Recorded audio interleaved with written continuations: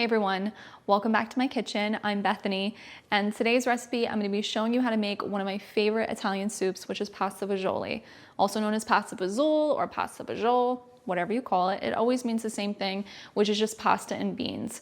So it's a very humble and simple soup, but the flavor is truly impressive, and it's one of my favorites for a reason. So let's get right into it.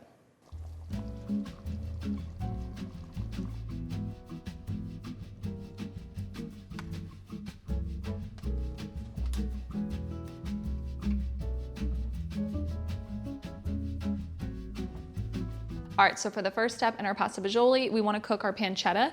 So I'm going to first add 1 tablespoon of olive oil to my pot, and I'm using a Dutch oven pot. You can use a regular stainless steel, doesn't matter. But I have 4 ounces of already diced pancetta, and pancetta is always used in very authentic pasta fagiolis, and that's just because it's going to add a lot of richness. So we're going to add that to our oil in our pan.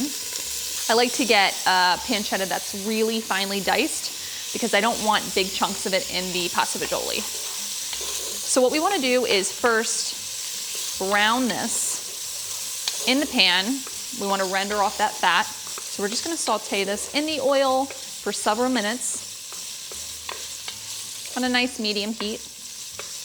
And if you don't have pancetta available to you, you could use diced bacon instead. The difference between pancetta and bacon is just that bacon is just smoked. So that's really the only difference between them.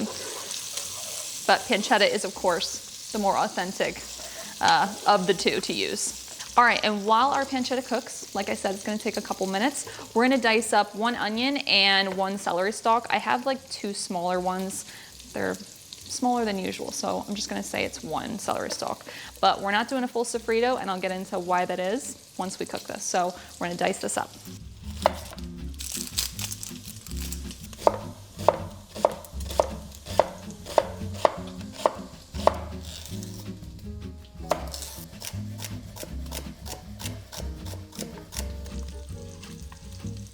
All right, so our pancetta has been browning for about 3 to 4 minutes.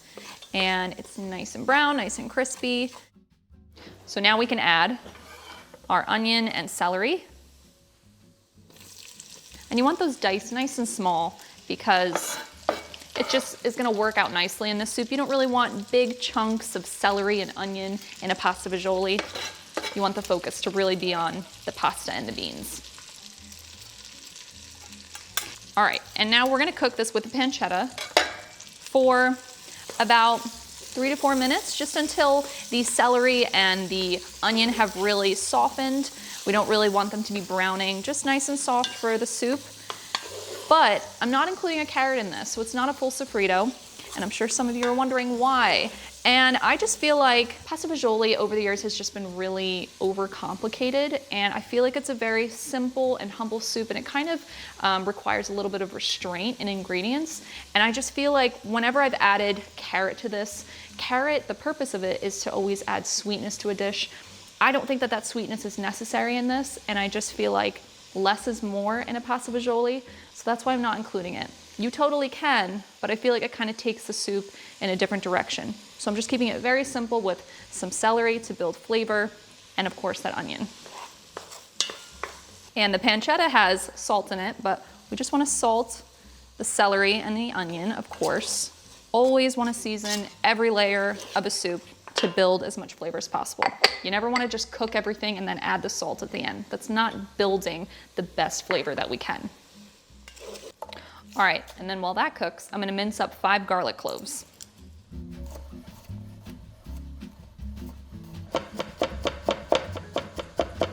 All right, so our onion and celery have been cooking with the pancetta, and it's nice and soft now. It's been about 4 minutes.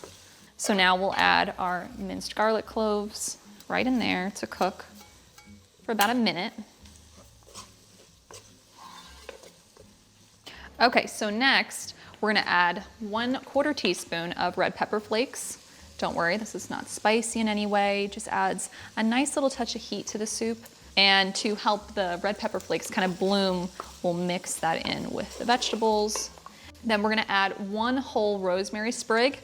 And the reason that we're using fresh rosemary is just because a sprig of rosemary has really pungent flavor versus dried rosemary. And this is to infuse the rosemary flavor into the soup.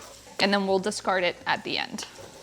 But kind of sauteing it in with the vegetables at this point and the red pepper flakes, it's gonna just help those flavors really come out even more. So next we're gonna add 5 cups of chicken stock. Next, we're gonna add our beans, which is our fagioli. So I'm gonna be using 2 14-ounce cans of cannellini beans. This is a really tender and creamy bean, and it's pretty classic in a pasta fagioli, but the real classic bean would be a barlotti bean, but that's not really common, so I just wanted to use a bean that would be more widely available for everyone. So we're gonna add these. And I rinsed those and drained them. All right, next we're gonna be adding 1 cup of tomatoes. So I'm just gonna pour this over a bowl. It's probably gonna be about, 3 tomatoes. So we're gonna add that with the juices to a bowl. So I like to crush the tomatoes with my hands, and that's just because we wanna get these as small as possible. In the soup, I don't really wanna notice that there's big chunks of tomatoes in it. I want a little bit of the flavor of tomato, but we don't really want a ton of it. So that's why we're only using a little bit, and we wanna really crush this up. I like to do this with my hands versus buying crushed tomatoes because I don't know why the consistency with crushed tomatoes in a can is always just really strange. It's just not the same as crushing it with my hands. So that should be good. And we're gonna add this to our pot. And some pasta fagioli recipes don't even have tomato in it. So you don't have to include it. I like to include it because I like a little bit of tomato in it, but not a lot. So that's why we're using only around a cup. All right, next, we're busting out our Parmigiano Reggiano rind bag from my freezer, but we're gonna add this to our soup. I'm gonna add 2 medium to small sized ones. And what this is gonna do, it's gonna infuse all that Parmigiano Reggiano flavor into the soup. We'll discard them at the end, but that is the hard shell that the Parmigiano Reggiano cheese is aged in, so it's got lots of flavor. All right, then we're gonna add 1/2 teaspoon of salt, 1/4 teaspoon of black pepper. Now we'll stir all of that together.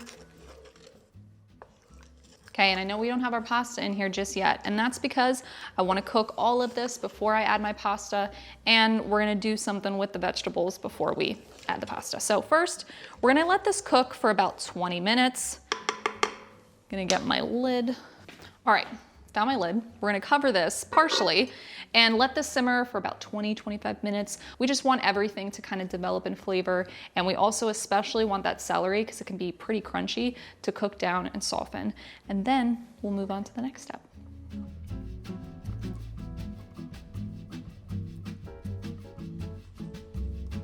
All right, this has been cooking for about 20 minutes. It smells so good. You smell that parm rind. It's just infusing so much flavor, but it just has such a wonderful aroma. So before we add our pasta, what I wanna do is first take out some of the soup, and we're gonna blend it up in a blender. So I'm gonna just use a measuring cup. I'm gonna take about 2.5 cups. I wanna avoid the rosemary sprig. The rosemary has broken up into the soup, which is totally fine, but I don't wanna get the actual stick or the rind in here. So just try to avoid those things and get about 2.5 cups of the soup. The reason that we're doing this is we wanna create a creamy base to the soup, but we still want bites of texture in there, so we don't wanna blend all of it. Now we're just gonna blend this for about 10 seconds until it's nice and creamy.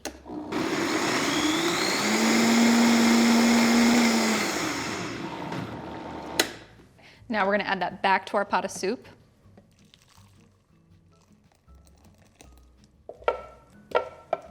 I still have a good bit of the other stuff in there. Again, bites of texture. You can always blend more, but you can never undo blending most of it. So it's always nice to just do a little bit less than what you think. Next, we're gonna add our pasta, and I'm gonna be using ditalini pasta.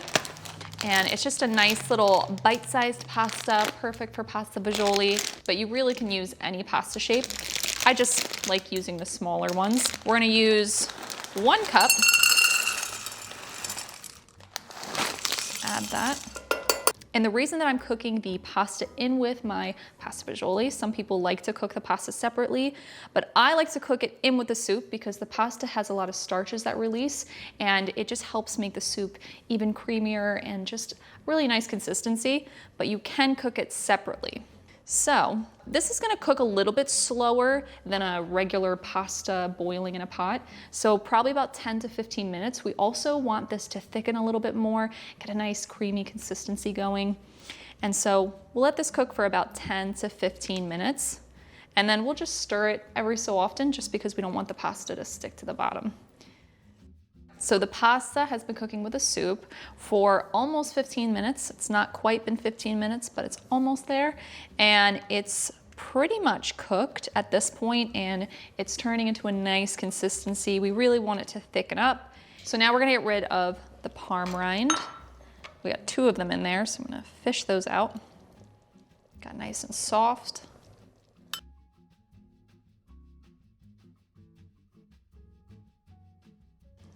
And then we got our rosemary sprig, which all the leaves have come off of. Whoop. It smells so good. The very popular song by one of my favorite artists, Dean Martin, says it perfectly that when the stars make you drool just like pasta fazool, that's amore. And it really is, because this soup just sings with love. It's made with love, tastes like love. You know those dishes, you know what I'm talking about. Just tastes, I don't know, like a warm hug. And we made this soup because the YouTube post that we did, I put out a poll and asked you guys, do you want to see my minestrone or my pasta fagioli first? I'm gonna post both, but I couldn't choose. It's kind of like choosing between a favorite child, is which one do I show first? So I do have a favorite child, and it's pasta fagioli, and you guys voted for it, and I was very happy to see that. So here's my recipe. And now, last ingredient, we got our Parmigiano Reggiano, and we're gonna do 1/4 cup right into the soup. Of course, we're gonna serve it on top, but we want it in the soup too. We had that rind cooking in there, and now of course, we gotta have some of the cheese. This really adds richness, saltiness, and an umami type of flavor that's just really deep and layered into the soup. So just 1/4 cup. We won't go over the top. I know I would like to with the cheese, but we'll show some restraint.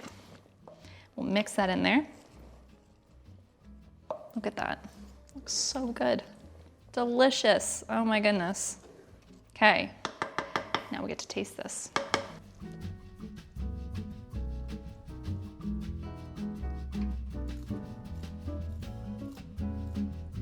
So I got my little bowl, just a little tasting bowl.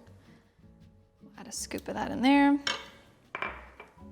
Put some more Parmigiano over top. If this was a big bowl, I'd put a big mound of cheese on top.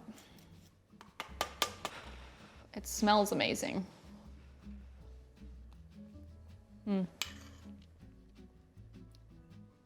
It's so good. I mean, we have very humble ingredients in this recipe, as I said, but the flavor is just, it's so delicious. It's layered. It's got bites of the pancetta in it, which are a little crispy, a little chewy. The consistency from pureeing the beans really created just such a beautiful, creamy consistency with just the bites of the vegetables, bites of the beans with the pasta. It's so good, and you taste lots of Parmigiano flavor, some rosemary. It's wonderful. It's just, again, such a humble soup, but really bold in flavor. Now, I didn't salt to taste this. I typically do with recipes. It does just need a pinch of salt. That's all it needs. So we'll do that. I don't know where my salt went. So we'll add just a tiny little pinch of salt. but it is just such a great soup. It's a classic Italian recipe, and this is really what Italian cooking is all about. It's using what you have. That's why pasta fagioli exists, minestrone exists, is because these recipes were created with just using what you had to create a delicious dish. And then you use simple things like fresh rosemary, a Parmesan rind to just really enhance the flavors even more, but really respecting the tradition of the real recipe. So I hope you guys get to try this. And if you have other ways that you like to make a pasta fagioli, feel free to let me know in the comments. I love to hear different ways that everyone makes things. And I know this is definitely a dish that there's no one way to make it. So that's why I love it, is this is, as Frank Sinatra would say, my way of making it. And as always, if you guys try this recipe, you can let me know in the comments, or on our website, you can leave a review. Always appreciate hearing from you guys, and we'll catch you in the next recipe, and I'll see you in the comments.